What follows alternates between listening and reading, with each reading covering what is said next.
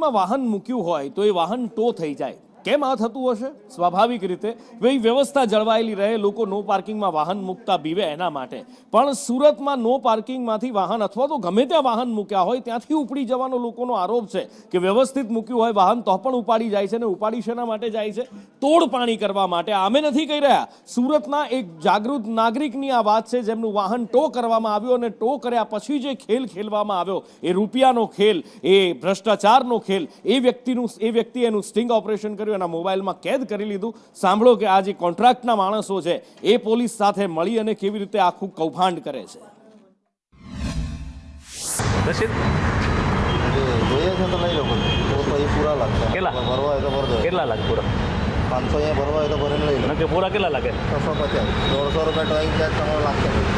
650 total એમ કે 500 માં નાખી દો, છોડાવી દો. એ લઈ લો. બાકી તમે અંદર જેવા રસીદ માંગો તો પછી 150 હજુ લાગશે. એમને આ નકર કહેવાનું હતું, આ ગાડી ચાવી કમ્પ્લીટ હતી, સમજી લો. નકર એમને ચાવી આખોની અંદર ચોરાઈ જાય ગાડી. એમ પણ લેવાનું હતું, 1 જ મિનિટનું કામ હતું ખાલી. દવા સાહેબે ડૉક્ટર સાહેબ મગાવ્યું હતું, ટ્રીટમેન્ટ ચાલુ હતી. એમ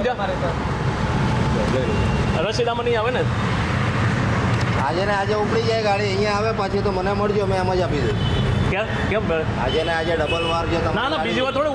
આ મારી લાઈફમાં ઉચકાઈ જાય તો અકસ્માત કેવું છું, કદાચ પાછી ઉચકાઈ જાય તો મને મળજો, મેં તમને દંડ ના ભરવા દો. અને રસીદ દેવી હોય તો 650 થાય ને.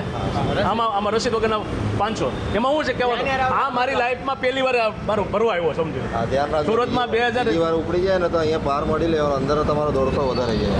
હા.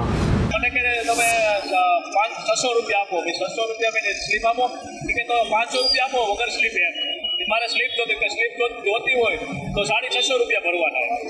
આ રીતે વેટ દરવાજા પાસે અંદર પૈસા લઈ અને પબ્લિક પાસેથી લૂંટે છે અને સરકારના પૈસા જતા